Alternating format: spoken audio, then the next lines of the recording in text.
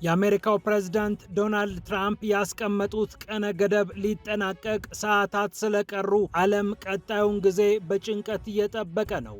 የሆርሙዝ ሰርጥን በ48 ሰዓታት ውስጥ ካልከፈታችሁ የኒውክሌር ኃይል ማመንጫዎቻችሁን አወድማለሁ ያሉት ትራምፕ ከኢራንም ምላሽ እንሰጣለን የሚል ዛቻ ሰምተዋል። ኢራን የኒውክሌር ኃይል ማመንጫዎች ከተመቱ በአካባቢው የሚገኙ የኃይል ማመንጫዎችን ከውሃ ማጣሪያዎች ጋር እመታለሁ ስላለች ቀጣዮቹ ሰዓታት እጅግ ወሳኝ ሆነዋል። ዓለም አቀፉ ተቋም ደግሞ ላለፉት 50ና ከዚያ በላይ በሚሆኑ ዓመታት ታይቶም ተሰምቶም የማይታወቅ የነዳጅ ቀውስ ዓለምን ገጥሟታል። ከዚህ ደግሞ የትኛውም ሀገር ራሱን መከለል አይችልም ብሏል። ጦርነቱ ተፋፍሞ ቴልአቪቭም ቴህራንም በሚሳኤልና ድሮን እየተመቱ ባሉበት በዚህ ሰዓት አሜሪካውያን ልዩ ጥንቃቄ እንዲያደርጉ ጥብቅ ማስጠንቀቂያ ተሰጥቷቸዋል። የአሜሪካ የውጭ ጉዳይ ሚኒስቴር በመካከለኛው ምስራቅ የምትንቀሳቀሱ አሜሪካውያን ተጠንቀቁ ሲል ነው ማስጠንቀቂያውን የሰጣቸው። እስራኤል ደግሞ ወደ ሊባኖስ የምታደርገውን ዘመቻ አጠናክራ ቀጥላበታለች። እጅግ ወሳኝ ነው የሚባለውን ድልድይ የሰበረችው እስራኤል በቀጣይ በእግረኛ ጦር ሰፊ ወረራ በሊባኖስ ላይ ልታደርግ እንደምትችል ለእርግጠኛነት የተጠጋ ግምት ተወስዷል። የእስራኤል የጦር አዛዦችም በኢራንና በሂዝቦላህ ላይ የከፈትነው ጦርነት ለቀጣዮቹ በርካታ ሳምንታት ይቆያል ማለታቸው ዓለምን ይበልጥ አስጨንቋል። ዓለም በሆርሙዝ ሰርጥ መዘጋትና በሌሎች ጉዳዮች በተጠመደበት በዚህ ሰዓት የአሜሪካው ፕሬዝዳንት ዶናልድ ትራምፕ ከብሪታንያው ጠቅላይ ሚኒስትር ሰር ኪር ስታርመር ጋር መክረዋል። ከትራምፕ ጋር በተለያዩ ጉዳዮች የመከሩት ስታርመር አስቸኳይ ስብሰባ ባለስልጣኖቻቸውን ጠርተው ልዩ ንግግር ስለማድረጋቸው ነው የተሰማው። ለአደጋና ለአስቸኳይ ጊዜያት ይሰበሰባል የሚባልለት ኮብራ በመባል የሚታወቀው ይህ ስብሰባ ብሪታንያ የገጠማት ቀውስ ከባድ እንደሆነ የሚያመላክት ነው። እንዲሁም በዚህ ደም በሚፈስበትና ከፍተኛ እሳት የሚተፉ መሳሪያዎች እዚህም እዚያም በሚርመሰመሱበት ጊዜ አሜሪካ በቢሊዮን ዶላር የሚያወጡ መሳሪያዎችን እየቸበቸበች ነው ተብሏል። የተባበሩት አረብ ኤምሬትስ በ10 ቢሊዮኖች የሚቆጠሩ ዶላሮች የወጣባቸው መሳሪያዎችን ከአሜሪካ አዛለች።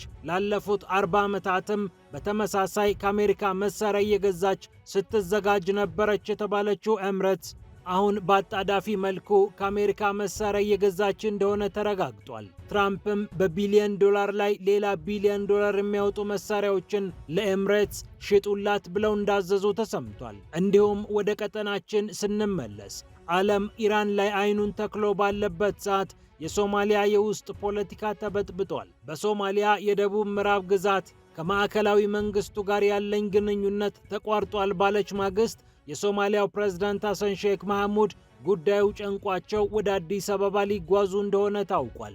ለአዲስ አበባ ምን አይነት ጥያቄ ያቀርባሉ? የአዲስ አበባስ ምላሽ ምን ይሆናል? የሚለውን ጉዳይ በተመለከተ አስገራሚ ነገሮች ተሰምተዋል። ፒያሳ ኔትወርክን ስትከታተሉ ሁሉንም በጥልቀት ታገኛላችሁ። ፒያሳ ኔትወርክን ሰብስክራይብ፣ ላይክ እና ሼር በማድረግ የፈጣን የተአማኒና የጥልቅ ዘገባዎች ቤተሰቡን ስንል በአክብሮት ጋብዘናል።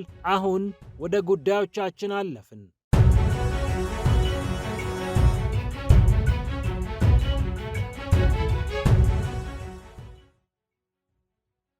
የአሜሪካው ፕሬዝዳንት ዶናልድ ትራምፕ ያስቀመጡት የ48 ሰዓታት ገደብ ሊጠናቀቅ ሰዓታት ስለቀረ ዓለም ቀጣዩን ጊዜ በጭንቀት እየጠበቀ ይገኛል። የአሜሪካው ፕሬዝዳንት ኢራን የሆርሙዝ ሰርጥን በ48 ሰዓታት ውስጥ ካልከፈተች የሀገሪቱን የኒውክሌር ኃይል ማመንጫዎች እናወድማለን ማለታቸውን ተከትሎ ኢራንም ምላሽ መስጠቷ የሚታወቅ ነው። የኔ የኃይል መሰረተ ልማት ከተነካብኝ በአካባቢው የሚገኙ የኃይል መሰረተ ልማቶችን አወድማለሁ ስትል ነው ኢራን ያስጠነቀቀችው።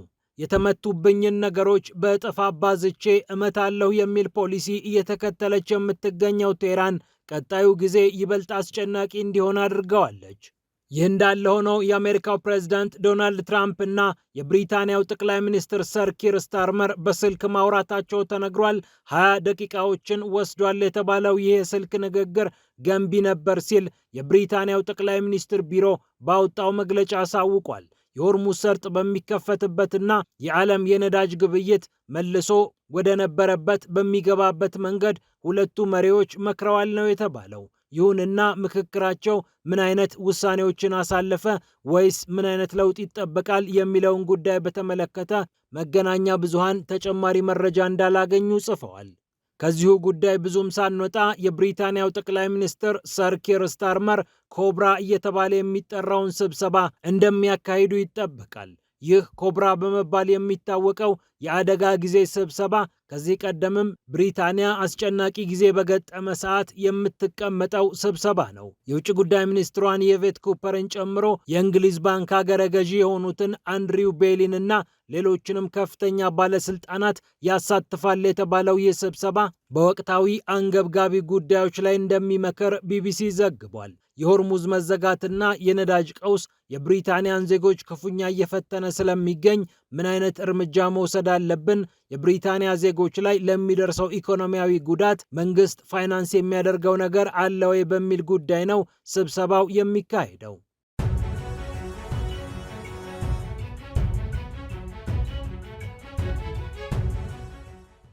ይህ እንዳለ ሆኖ እስራኤል ጦርነቱን እያስፋፋችው ስትገኝ በሊባኖስ የሚገኘውን ወሳኙን ድልድይ ሰብረዋለች። የእስራኤል ጦር ቃል አቀባይ የሆኑት ብርጋዴር ጀኔራል ኤፊ ዴፍሪን ናቸው ቀጣዮቹ ሳምንታት የውጊያ ናቸው ሲሉ ያወጁት።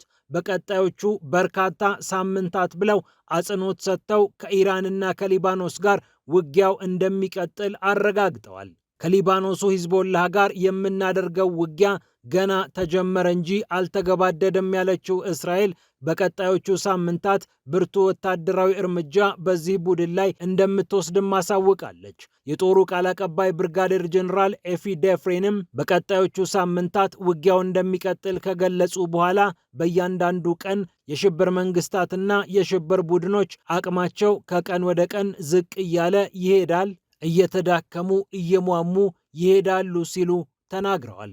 በእስራኤል መንግስት ላይ የተቃጣው አደጋም እየተቀለበሰ ይሄዳል ሲሉ ነው ቃል አቀባዩ የተናገሩት። ይሁንና እስራኤል በሊባኖስ ላይ የተመጠነና የተገደበ የእግረኛን ጦር የሚያካትት ወታደራዊ ዘመቻ እንደጀመረች ብትገልጽም ቀጣዮቹ ሳምንታት ከባድ ጊዜ እንደሆኑ መግለጿ በሊባኖስ ሕዝብ ዘንድ ከፍተኛ ስጋት ደቅኗል። የሊባኖሱ ፕሬዝዳንት ጆሴፍ አዮንም እስራኤል እየፈጸመችው ያለው ድብደባ በቀጣዮቹ ጊዜያት የሀገሪቱ ጦር ከፍተኛ ወረራ ሊፈጽም እንደሆነ አመላካች ነው ብለዋል።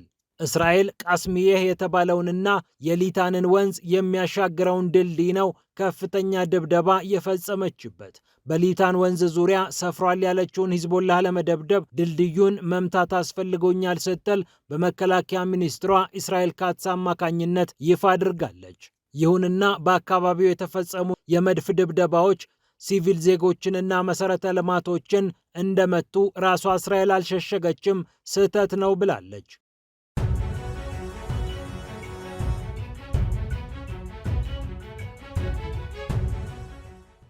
ይህ እንዳለ ሆኖ የዓለም የነዳጅ ቀውስ ከ1970ዎቹ ጀምሮ ያልታየ ከባድ ቀውስ ነው ተብሏል። የዓለም አቀፉ የኢነርጂ ኤጀንሲ ነው ይህንን ያሳወቀው። የኤጀንሲው ዋና ዳይሬክተር የሆኑት ፋቲህ ቢሮል እንደተናገሩት ከ1973 ጀምሮ ያሉ የነዳጅ ቀውሶችን ብንመለከት አሁን ላይ ያለው ከዚያ ጊዜ ካለው ቀውስ ጋር የሚነጻጸር እጅግ ከባድ ቀውስ ነው ሲሉ ገልጸውታል። እንደ አውሮፓውያን አቆጣጠር በ1973 እና በ1973 በነበሩት የነዳጅ ቀውሶች በእያንዳንዳቸው ዓለም በየቀኑ ከ5 ሚሊዮን በርሜል ነዳጅ በላይ የሚሆን የነዳጅ ምርት እንዳያገኝ ተደርጎ ነበር ብለዋል ቢሮል።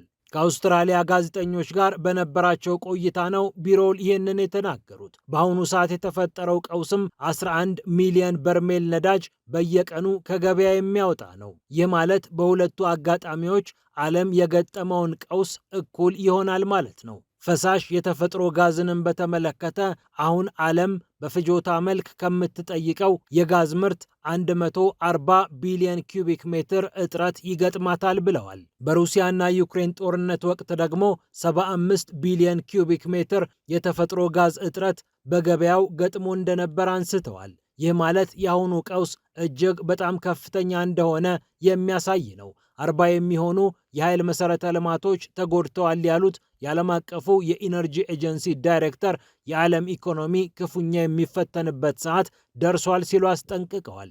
ችግሩ በፍጥነት የማይፈታ ከሆነም ከባድ ጊዜ ይመጣል ባይ ናቸው። ፌዝ ቢሮል ኢራንና እስራኤል ሚሳኤል እየተወራወሩ ቴልአቪቭ እና ኢራን እየነደዱ ባሉበት በዚህ ሰዓት የኃይል ቀውስና ሌሎች ተያያዥ ጉዳዮች የተሳሰረውን ዓለም ይበልጥ እየፈተኑት ይገኛሉ።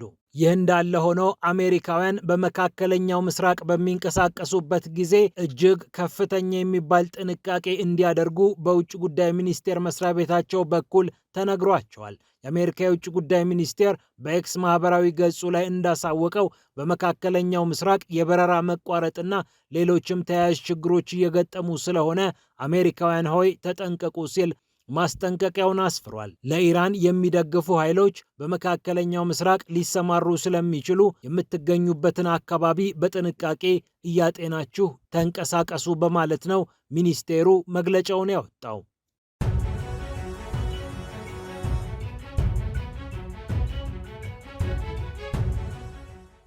እንዲሁም የተባበሩት አረብ ኤምሬትስ ላለፉት 40 ዓመታት የአየር መከላከያ ስርዓቷን ስትገነባ ነበር። ለዚህ ደግሞ ዋነኛ መነሻዋ ኢራን ነበረች ይላል የፎርብስ መጽሔት ዘገባ። ፎርብስ እንደሚለው ላለፉት 40 ዓመታት የተባበሩት አረብ ኤምሬትስ የተለያዩ መነሻዎችን ይዛ የአየር መከላከያ ስርዓቷን ለመገንባት ስትውተረተር ነበር። 338 ባሊስቲክ ሚሳኤሎች ከኢራን ተወርውረውባት ያከሸፈችው 15 ክሩዝ ሚሳኤሎችን እና 1740 የሚሆኑ ድሮኖች ተተኩሰውባት ከነዚህ ድሮኖች ጋር የታገለችው የተባበሩት አረብ ኤምሬትስ ከየትኛውም የገልፍ ሀገር በተለየ ከፍተኛ ምት አርፎባታል።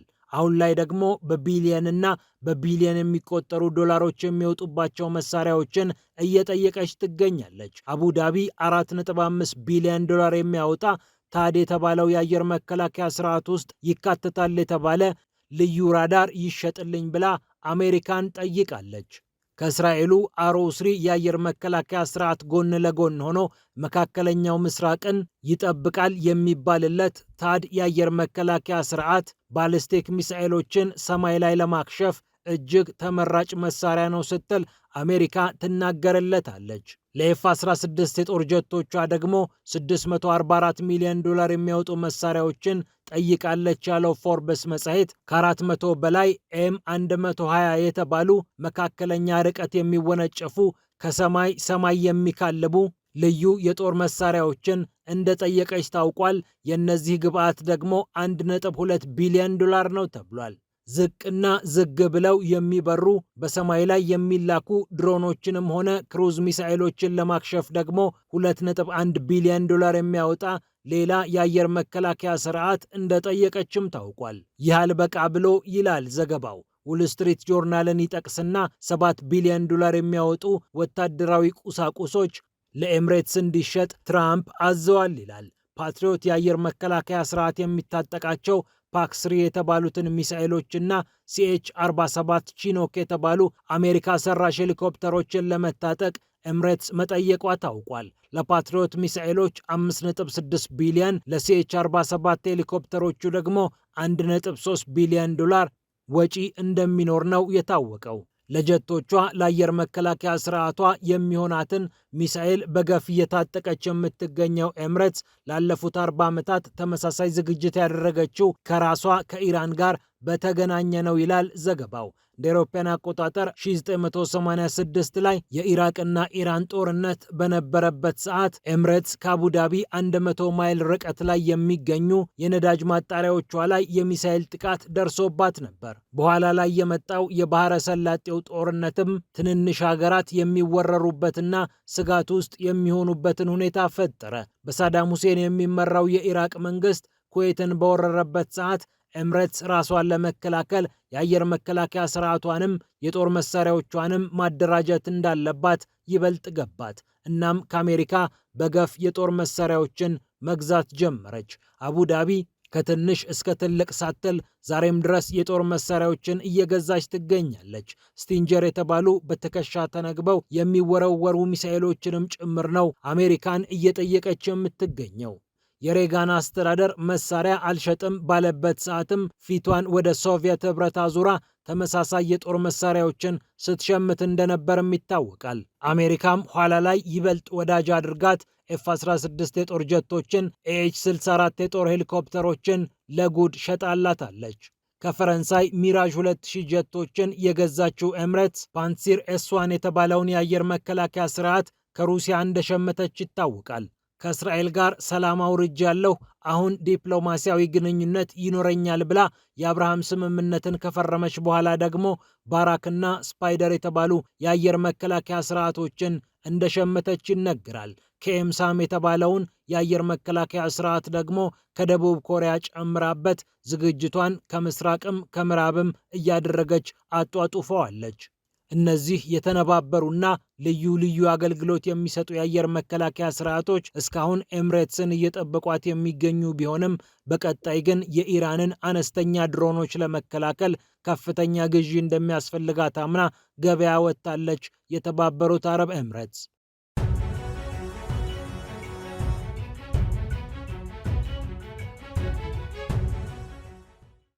በመጨረሻም ወደ ቀጠናችን ስንመለስ የዓለም አይን ወደ ኢራንና ወደ መካከለኛው ምስራቅ እያየ ባለበት ሰዓት ወደ አዲስ አበባ አንድ ሰው ይመጣሉ። የሶማሊያው ፕሬዝዳንት ሐሰን ሼክ መሐሙድ ናቸው። ሐሰን ሼክ መሐሙድ በሀገራቸው የገጠማቸው ውስጣዊ ቀውስ ወደ ቀጠናው እንዳይስፋፋባቸውና የቀጠናው ሀገራትም ከእርሳቸው ጥቅም በተጻራሪ ቆመው ችግር እንዳይፈጥሩባቸው ለመነጋገር ነው ወደ አዲስ አበባ ይመጣሉ የተባሉት። የደቡብ ምዕራብ ሶማሊያ አሁን በሀገሪቱ ውስጥ ያለው ፖለቲካ አንገሽግሾኛል ብላ ከማዕከላዊው ከሞቃዲሾ መንግስት ጋር ያለኝን ግንኙነት አቋርጫለሁ ማለቷ ይታወቃል። እናም ይህችን ግዛት ለማስገበር የጦር ኃይሎች ሞቃዲሾ ጦሯን ማንቀሳቀሷ የሚታወቅ ነው። የደቡብ ምዕራብ ሶማሊያ ፕሬዝዳንት የሆኑት አብድልአዚዝ ላፍታንጋሬን ከኢትዮጵያ ጋር ያላቸው ቅርብ ግንኙነት ደግሞ ሐሰን ሼክ መሐሙድ ወደ አዲስ አበባ እንዲመጡ ምክንያት ሆኗቸዋል። ኢትዮጵያ ይህችን ግዛት እንዳትደግፍ ማድረግ የሐሰን ሼክ መሐሙድ መንግስት ዋና ተልዕኮ ነው ተብሏል። ሞቃዲሾ ዘመም ኃይሎች የተለያዩ በደቡብ ምዕራብ ሶማሊያ የሚገኙ ከተሞችን እየተቆጣጠሩ ይገኛሉ። ባራዌ፣ ቡርሃካባ፣ ሁዱርን የመሳሰሉ ከተሞች ናቸው በሞቃዲሾ ዘመም ኃይሎች እየተያዙ የሚገኙት። ታዲያ እነዚህ ኃይሎች ወደ ባይዶዋ እየገሰገሱ እንደሆነ ታውቋል። ይህች ከተማ ደግሞ በኢትዮጵያ መከላከያ ስር የምትጠበቅ ናት። በዚህ ውጥረት መሃል ነው የሶማሊያው ፕሬዝዳንት ሐሰን ሼክ መሐሙድ ወደ አዲስ አበባ ያቀናሉ የተባለው። የቀጠናውን ጉዳይ እናውቃለን የሚሉ ግን የሰውየው የአዲስ አበባ ጉዞ ብዙም የሚሰምር አይደለም እያሉ ይገኛሉ። ይህንን ሐሳብ ካቀነቀኑት መካከል ራሺድ አብዲ ይገኝበታል። እንዲህ ይላል ራሺድ አብዲ። አዲስ አበባ ከሐሰን ሼክ መሐሙድ ይልቅ ላፍታጋሬንን የምትሰማበት ዕድል ይኖራል። ይህ ሰው ከሞቃዲሾ መንግስት በላይ ለኢትዮጵያ የታመነ፣ ግብፅ ወደ ሶማሊያ ጦሯን ለማስገባት ጥረት በምታደርግበት ሰዓት እንዴት ተደርጎ ያለ ሰው ስለሆነ አዲስ አበባ የዚህ ሰው ውለታ እንዳለባት ይሰማታል ይላል ራሺድ አብዲ። ከምንም በላይ ደግሞ አዲስ አበባ የተለያዩ በሶማሊያ የሚገኙ ግዛቶችን በደገፈችበት ወቅት እንደ ታማኝ አጋር ስትቆጠር ስለነበር አሁን ላይ አዲስ አበባ ሐሳቧን ቀይራ ለላፍታጋሬን ጀርባዋን ብትሰጥ የታማኝነት ጉዳይ ስለሚነሳባት ይህንን የማድረግ ዕድሏ ጠባብ ነው ይላል ራሺድ አብዲ። እናም ወደ ግብጾች ጠጋ ካሉት ሐሰን ሼክ መሐሙድ ይልቅ ላፍታጋሬንን ልታቀርብ ስለምትችል የአዲስ አበባው የሐሰን ሼክ መሐሙድ ጉዞ ብዙም የሰመረ ላይሆን ይችላል ነው የሚባለው። ፒያሳ ኔትወርክን ስትከታተሉ ስለቆያችሁ ክብረት ይስጥልን ብለናል። ፒያሳ ኔትወርክን ሰብስክራይብ፣ ላይክ እና ሼር በማድረግ የፈጣን የተአማኒና የጥልቅ ዘገባዎች ቤተሰቡን ስንል በአክብሮት ጋብዘናል። ሰላም ለዓለማችን።